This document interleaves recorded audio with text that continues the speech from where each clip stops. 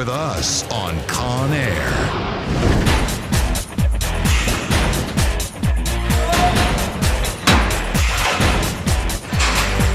In the U.S., more than 1 million people live behind bars, and every year, more than 150,000 of them take flight on an exclusive airline where all the passengers are criminals and all the flight attendants are U.S. Marshals. Please join us as we go behind closed doors of the maximum security cell block in the sky, better known as Con Air. It's officially known as JPATS, the Justice Prisoner and Alien Transportation System. Murderers, rapists, and drug dealers are some of the inmates on the passenger list, and it's up to the U.S. Marshals Service to move them safely and securely. This is a very dangerous job. JPATS really handles the worst of the worst. We usually think of prisoners as being locked up in one place and staying that way, but they're not. On any given day, more than 1,000 prisoners are on the move, being transported around the country for court dates, prison transfers, and medical treatment. In order to do this story, there were certain ground rules. We can't show the prisoners' faces or talk with them on camera. Even behind prison walls, violence is a constant threat. But authorities know they are most vulnerable when the inmates are in transit. You don't want them outside the cell block any longer than you have to. Years in law enforcement have taught many who transfer prisoners to expect the worst from these hardened criminals. The nightmare ain't even begun yet. Seems like life doesn't mean anything to them. They're going to take whatever chances, and they really don't care about the consequences. If you let your guard down, it may be your last day in law enforcement. We try to train people to guard against that.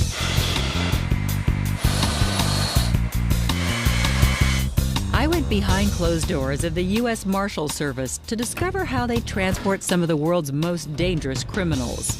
I also wanted to find out firsthand what it's like to fly on Con Air, not as a guest, but as a prisoner, something no other journalist has ever done.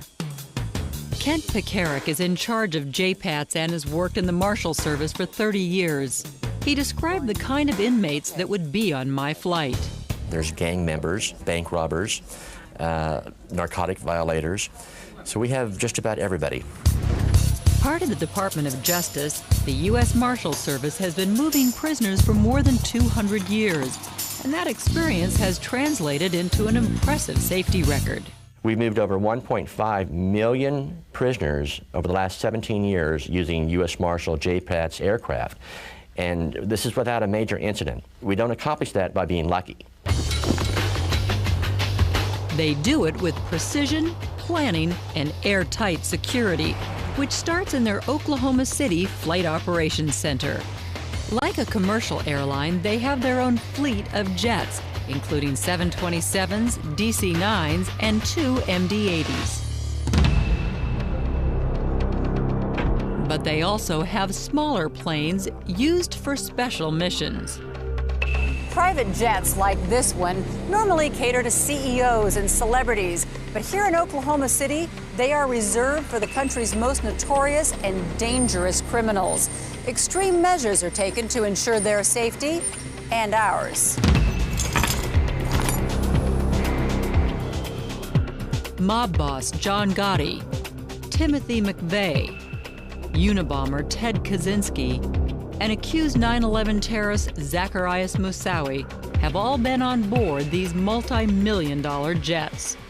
When you deal with terrorists, you're dealing with individuals that have very unpredictable behavior, that involve themselves in extremely violent crimes, that have a great network on the outside that we need to consider in terms of trying to move them both in the air and on the ground. Nothing is left to chance with these high-risk inmates. To me, it looked like something straight out of a movie. The prisoners' faces are covered so they can't bite or spit, and special mesh gloves cover their handcuffs to restrict their movement.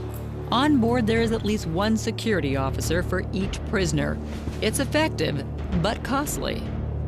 When we moved Timothy McVeigh from Oklahoma City to Denver, it cost approximately a little over $11,000 for that movement. While special prisoners are transported on small planes, the majority of inmates fly on large jets with scheduled routes to more than 40 cities. Larger stops like Atlanta and Chicago are scheduled every week. Smaller ones like Albuquerque and Tampa every 2 weeks. This is the schedule for tomorrow, and we also have a death row inmate scheduled on there. Like a busy travel agency, this office books more than 1,000 seats a day. But these reservations come with an extensive background check of every inmate on board. We look at the criminal history, the security risks, the health issues, the safety issues.